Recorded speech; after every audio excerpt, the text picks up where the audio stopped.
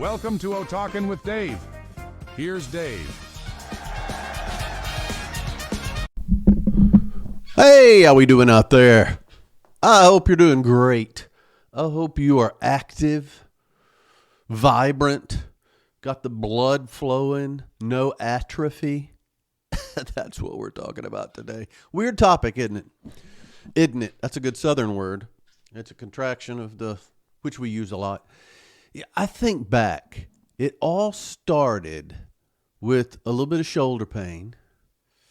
And then it got to the point to where it was hard to move my shoulder. And then it got to where I was favoring to the point to where I couldn't move it. And when I finally went to the doctor, you know how I feel about doctors, they said, man, it's a good thing you came in when you did. You almost have a frozen shoulder. And he said that's a type of atrophy. I never heard that before. But basically, I quit using it so long, it just tightened up. And every time I would try to move it a little, I couldn't do that. I definitely couldn't put my hand out or like a doorknob. Somebody would shake my hand, I would go to my knees, which is very unprofessional, by the way, except I guess in some circumstances, but still unprofessional. But that was atrophy.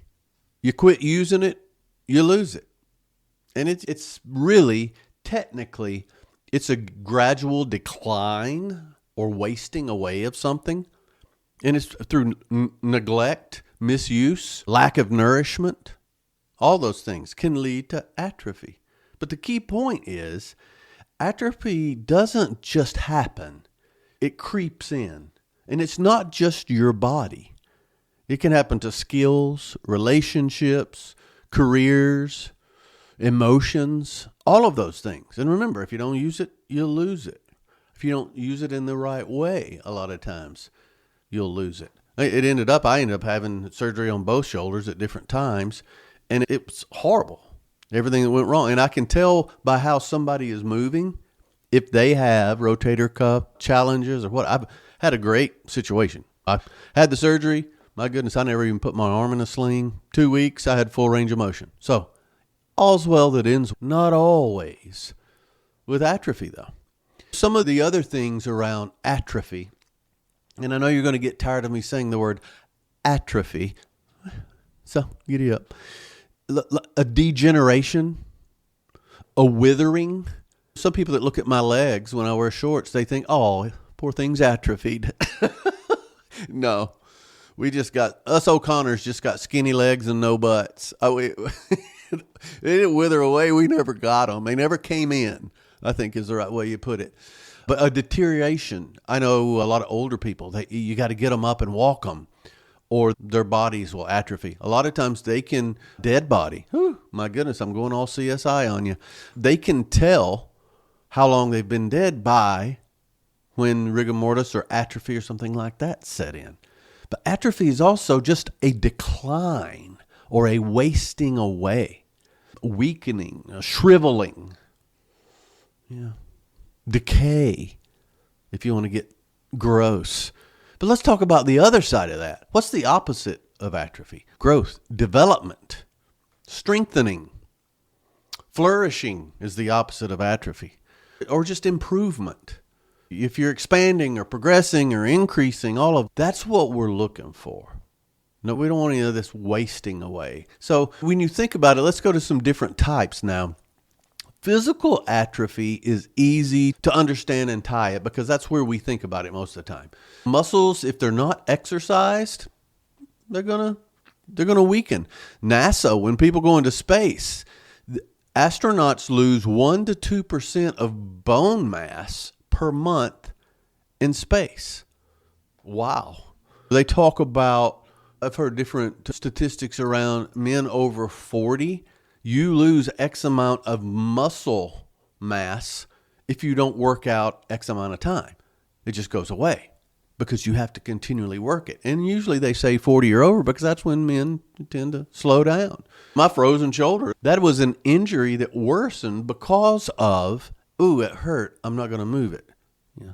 Doc, it hurts when I move it. Don't move it. Okay. And I'm walking around like this. It's horrible. And then aging has something to do with it as well. It accelerates atrophy. That's why the strength training, you got to keep doing it. And I don't. Hey, this is a do as I say, not as I do podcast here. But age, you move around less. You're less active. You're less strenuous. You push yourself less. And that's not knocking older people. Hey, it's tougher. You're older. It's not as easy. There may be other factors there. However, all of that is figured in to the physical atrophy. But some other things we usually don't think about when we think of atrophy is that mental stuff. Skills fade if they're not practiced. Yeah. Foreign languages. I've got several people that I know who are multilingual, but they're saying that a foreign language learner can lose up to 70% of their vocabulary if they don't use it. If they go 6 months or a year without using it, they can lose up to 70%. And don't get me started on math. Math anxiety comes from not doing it. You go, think about it. When you're in school, high school, college, whatever, you're doing these problems and you're keeping fresh. If you don't do it for a while, it's, I remember, I used to be able to do this. What are those theorems and postulates? What is all that stuff?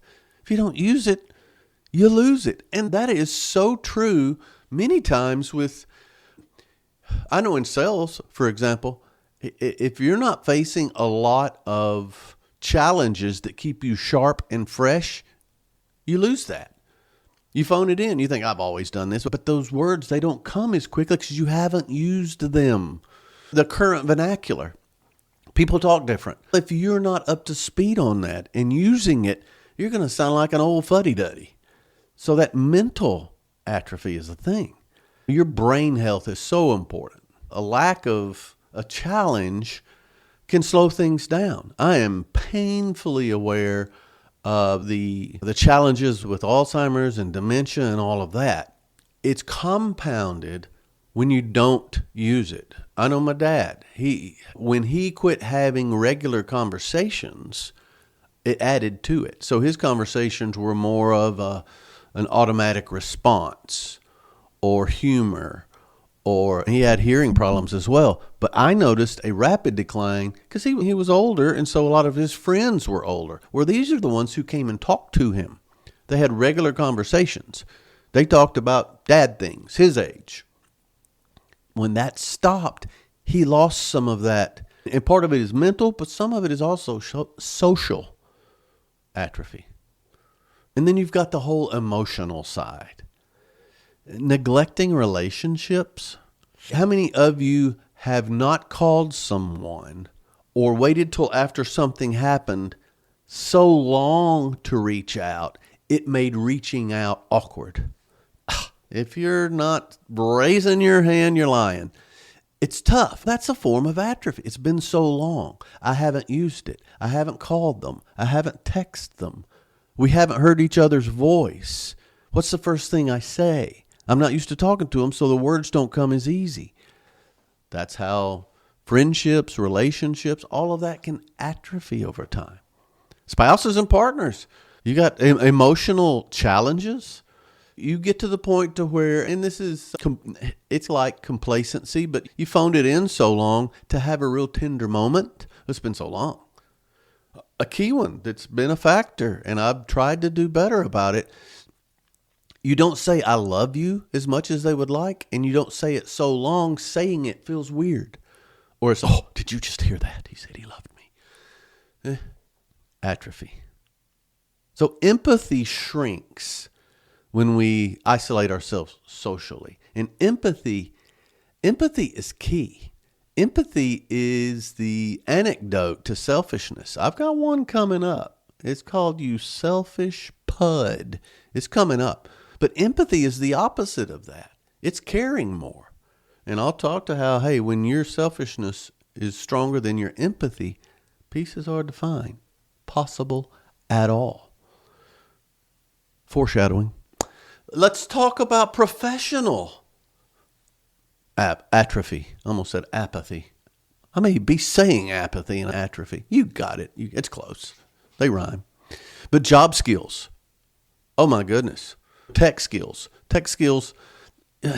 They're saying if you don't use them, they have a half-life of 5 years. What you learn today is going to be outdated by the time you master it. When I went to college, I took computer programming. COBOL, what was it? Fortran, COBOL, BASIC, all of that programming. There was no Windows. We didn't have a mouse. It was slash commands and a blinking prompt. My goodness, by the time I got out of those courses, probably even before I got out of them, that stuff was obsolete. Accounting. I know it's important to know accounting. However, we didn't have all these programs when I was going through my accounting classes. Now everything's automated. Basically, it asks you what it wants you to know, and probably already knows it. Now you can download everything and hey, boom, figures it out. No problem. So if you don't use these skills, you'll lose them. And there's a lot of overlap here. Emotional, professional, social, all these things, they all come right together at work, I'm telling you. And then you got a leadership situation. Managers stop coaching and become figureheads. When you stop coaching seems hostile. What? That's abrupt. How many times have you gone, and I don't know if it's a how many times question, but I can't tell you how many times I've gone to a situation where it's been weak leadership, weak management. And if you've had weak management, then any management seems extreme because these people are atrophied. They're not used to that. They're not used to paperwork. They're not used to consequences. They're not used to all of these things. Same way with kids. I know I'm jumping from professional, but that's the same thing. You got a kid who's never been told no. No will send them into a downward spiral. That's because they're atrophied to these things. And then you can get to even a spiritual or purpose-driven atrophy. It's a little different angle on it, but people who grow up in church and then quit going, they lose some of that muscle memory around faith and belief and the moral compass. People who stop volunteering at places. Maybe you love animals and you volunteered at a vet or a shelter. Maybe you volunteered your time at a homeless place. Whatever. When you stop doing that, you feel emptier. However, the longer you go without doing something, you lose track of where that was. Where did that fullness come from? Because you're spiritually, purposely atrophied. So it's everywhere. And the thing is, and I always heard it. I heard it in budgeting one time. Hey, spend it all you got for the end of the year. If you don't use it, you lose it. But it's so true in our skills and our caring and our empathy. And just our taking care of ourselves. Hygiene. Come on, man. Hygiene. All of that stuff. So how does it doesn't just show up as, hey, I'm atrophy. No, it sneaks in. So what are some ways we can look at that? It doesn't arrive suddenly. It's just a slow erosion. Just that twinge. It kind of hurt. I could rub it out. It's no problem. Yeah. A few more times, it's got me. At home, avoiding a discussion with a family member or a neighbor, just avoiding that. You let that go, then it gets a little worse. Then before long, they're parking in front of your house and barbecuing on your back porch and swimming in your pool. You need to have that conversation. Also at work, it goes back to complacency too, but it's just coasting. Instead of pushing yourself, or instead of trying to learn something, a new task, something new is coming along, it's easy just to, they've tried to do this 10 times, they probably won't. That's a form of atrophy, complacency and atrophy. And some people's inbox, I get anxiety when they have 1,000 emails in their inbox. That's atrophy. Address those things, man. Come on. At least mark as red and get them up, not bold anymore. And atrophy can also sneak into the play. Oh my, absolutely. Now it's easy, and I don't think this is play for me, but let's just talk about a workout regimen. What about atrophy there? That's just avoidance and denial. However, I can't tell you how many times I have delayed practicing golf or practicing something for a trip coming up, and I need to. But you put that off. You put that off. And before long, this is very common with sports, but also professionally and speaking and other things. You just depend on that. So you work on the areas that you know have been problems in the past. On a test, you study the most difficult ones. When it's go time, what do you forget? What do you mess up? It's the stuff you took for granted because that skill has atrophied because you hadn't done it. It's been untouched. And slowly but surely on the play side, the scary thing about that is it's not fun anymore. If it's not fun anymore, you won't do it. And if you don't do it, the passion dies slowly. So we don't want that. Come on, people. So what are some signs of atrophy in yourself? First thing is you're choosing comfort rather than activity or growth. You know, you skip workouts, you dodge conversations, you take the easy way out. You're just avoiding conflict or activity is a good word. That's a sign atrophy is slipping in. I just rather not have that conversation. I'm not going to answer that phone. I don't know how to answer that text, so I'm not going to answer that text. They're going to want us to go somewhere this weekend, and I don't want to go, so you just don't do it. Atrophy. Then also a loss of confidence. Used to be good at something, but I remember last time I played basketball. I grew up playing basketball. I go out, and it's me and 3 other guys, and we just start shooting. No big deal. And they decide to play horse or whatever. That ball felt like I'd never held a basketball in my hands before. These guys weren't any good at all. And you know who you are. I'm thinking I am so much better than these guys. No, I'm not. Because my skills had atrophied. My goodness, I shot air balls. I'm not an air ball guy. Last time I played tennis, it felt like I was playing with a baseball bat. I hadn't played tennis in so long. I used to be good at this, but I had less confidence. Now I have less confidence in more stuff. What else am I not good at anymore? Wow.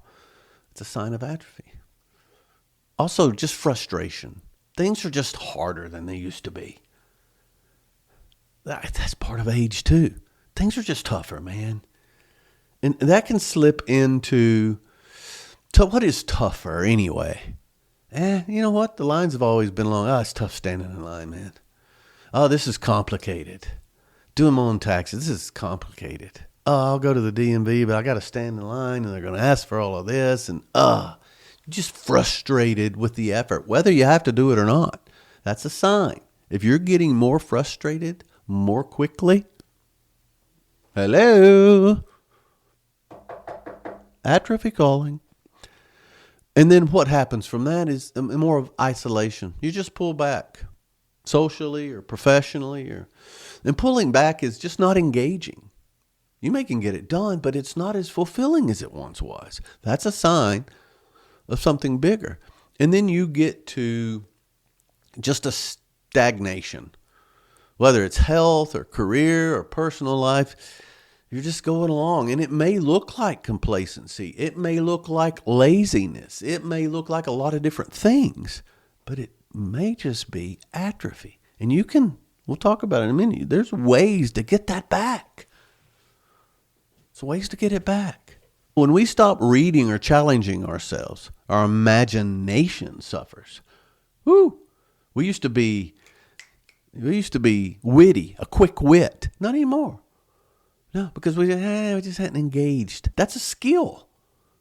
You got to keep it sharp. Unused skills don't disappear overnight. They'll slowly go away, though. Some people are just so talented they can pull it back. It's not as good as if you're using it. Friendships, I said that before, but when you don't feed them time and attention and honesty, remember one of the things around atrophy are a lack of nourishment. Hello.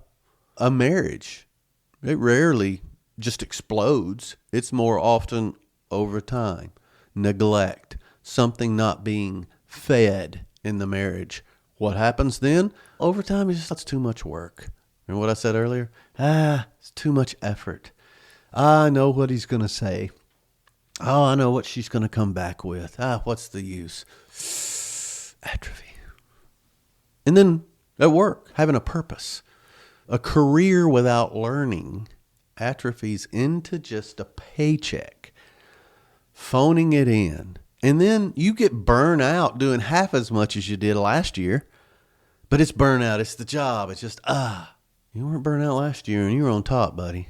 And then the whole organization can atrophy because they hold on to, when they get too comfortable, it drives me crazy when an organization is satisfied with X amount of growth when they could be getting this.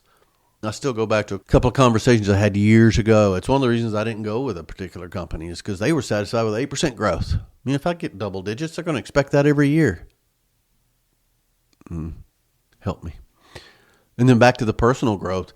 If things aren't exercised like a muscle, meaning challenge yourself, do more. If it's 10,000 steps a day, all right, you've done 10,000 steps for 55 days in a row. Can we try to go for 15?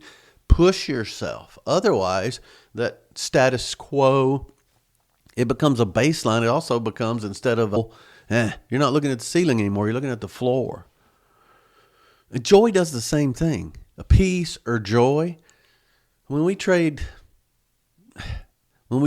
things for quick hits rather than peace and joy, that will make me feel better. Okay, but for how long? And when we trade long-term things for short-term gain, then those long-term feelings like joy and peace and contentment, we don't have the patience for those anymore, and they atrophy. Yeah, so this six-pack here, it didn't just up and leave. It took time. It took a lot of neglect and pizza for this to happen. Yeah, so don't want to get too personal here.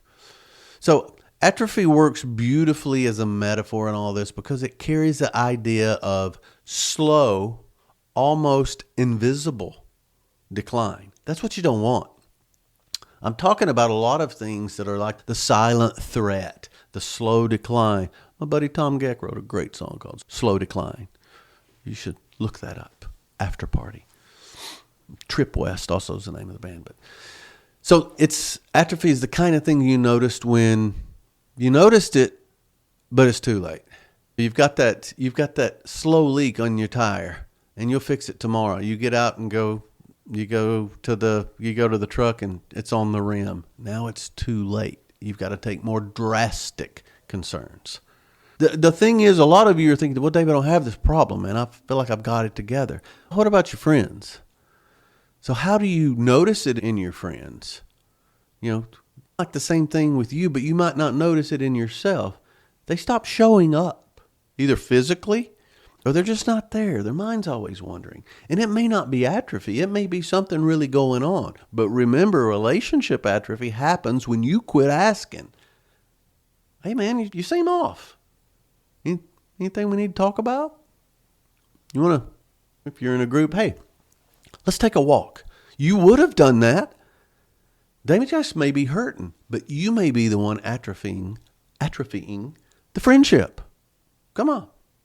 But other people, the conversations, they shrink, and it's nothing, there's no depth. Yeah. Hey, man, what'd you do this week? No, same old. Hey, did you see that ball game the other day? Yeah. What are you doing tomorrow? I don't know. Probably just get up and do what I usually do. Dude, that ain't normal. Come on, dig in. Their energy is declining, or their enthusiasm for things they used to love. If my buddy Neil isn't excited about Derby Day, I need to call 911. That kind of thing. And then if they start, like at work, if their skills are following, or they're late, or they used to be dead on, or their quality of work is falling, there may be some atrophy in there. And then just the whole, I would call it emotional distance, or maybe they're so impatient or irritable now. They didn't used to be that way. It may not be something major. However, there's somewhere in between ow and I can't move it. So it needs to be addressed. Because if you don't check it, you got some problems. Physically, if they hadn't worked on my shoulder, I may have lost use of it or been disabled in some way. There are a lot of people who have different joints or body parts. You just can't get it back. I'm not going to go as far as amputation or whatever. However, in physical decline, atrophy can lead to permanent disability or at least dependency on something when it could have been prevented. Emotional neglect, broken relationships, substance abuse, or even worse. And then professional stagnation, you can get laid off, man. Laid off or left behind in the workplace, which is going to lead to other stuff, which is going to be emotional and all sorts of challenges there. Then mental, that loss of creativity. It's not just the loss of creativity. Your creativity helps you to adapt to things, problem solve, and your toughness, your resilience. So mental atrophy is at the heart of it because you lose your mental part of things. That leads to the physical side. And in short, atrophy, it takes away your freedom. It takes away your independence. And we talked about how it takes away your joy, but all of those things, your freedom is a big deal. Freedom seems to come up in just about every conversation lately as to its importance. Yeah. So how do we keep it? How do we keep this from happening? All right, Dave, I got it. I don't have a frozen shoulder. Good for you. How do we keep it from happening? Move. Physically, mentally, even a small movement, consistent action, mental, physical, emotional, be in touch with it. That prevents atrophy. Learn something. Take a class, read a book, work a puzzle, create something, write a poem, challenge your brain in some way. Learn continuously. That helps prevent and sometimes reverse atrophy. Talk to people, engage, schedule time with friends or family or coworkers. Make it happen. The statement is, hey, let's talk every week. If I don't call on Friday mornings, if I don't call you by noon, will you call me? And then work something up to where you're talking to somebody consistently. I've had something come up in my life recently to where I talked to a person at a particular time. I look forward to it. I dreaded it at first. I look forward to it. I come with a bunch of stuff to talk about. And it's like, whoa, hold on. I'm not atrophied. Well, I'm not going to be. So engage in that. And then I tell you one way, when I started doing the movement, it got to the point where I'd move less and less because it was uncomfortable. One thing to do, and a physical therapist will do it for you, to you, and about you, push those comfort zones. Push the comfort zone. So when it comes to any kind of atrophy, seek new challenges at work, at home, at play. Push yourself. Remember, create some freedom. Create freedom. And then take inventory. Check in weekly or monthly at worst, but where am I? How am I doing? Where am I coasting? Where do I have a lack of movement? That's important. So the call to, just finally, any call to action I would give you is, atrophy sneaks in when you stand still. So don't stand still. When we move, atrophy doesn't happen. Growth happens. So choose one physical, one mental, and one emotional step today. Movement. Think about something. Share something with somebody. Something nice. A challenge. You got tons of people in your phone. Reach out to them. You may get mental and emotional in the same one. Tell them you'll walk and meet them, and you knocked all three out. For example, walk for 10 minutes. You got steps on your phone. Walk for X amount of steps, but something. Every morning, while you're walking, text a friend. Call them or text them. That way you've hit the moving, you've hit the mental, and then try to learn something. Have a topic you're interested in. Learn something new, and then tell somebody what you learned. There are people out there, tons of people. Find a new hobby. Find somebody who loves that. Now you've almost got an accountability partner. But remember, if you don't use it, you lose it. But if you choose to use it every day in some small way, you don't just keep it, you grow it and you thrive. No, atrophy does not thrive in anything. So, I hope this helps. Atrophy is the enemy. We want growth. We want to be vivacious. We want to thrive. So think about it. Where are you coasting? What are you going to do about it? Hope this helps. We don't like it. We don't want it. And we're not going to have any frozen joints. All right? And no, that's not a drug reference. All right. Thanks so much for hanging out. Hit me up, Dave@otalks.com, David@otalks.com. You know all the websites, all that stuff. Thanks so much. We're blowing up in Africa. What's up with South America? I don't have a single follower in South America. We're going to have to get to that. I'm going to have to get a globe and find out what's going on. Thanks so much. I appreciate it. Thanks for hanging out. Thanks for hanging on. And thanks for Talking with Dave. Giddy up. Boom.